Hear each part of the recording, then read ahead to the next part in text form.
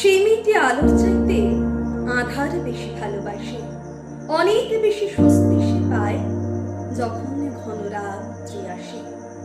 রাত্রির আবার সুপারলেটিভ অমাবস্যা, অমানিসী।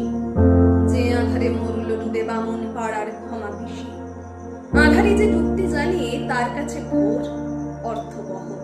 অ্যালকেমটি তারই জানা, আসলের কি দুঃসহ। এই মেয়েটার কালো গায়ে রাত্রি আসে কৃষ্ণ বলি, তার চরণে তাই তো শিবের মান অভিমান জলাঞ্জলি। রাত্রি মানে ভয়টা কিসের? সকল ভোরের পূর্ব কথা, নিজের সঙ্গে নিজে লড়ার অসীম সাহস, অদম্যতা।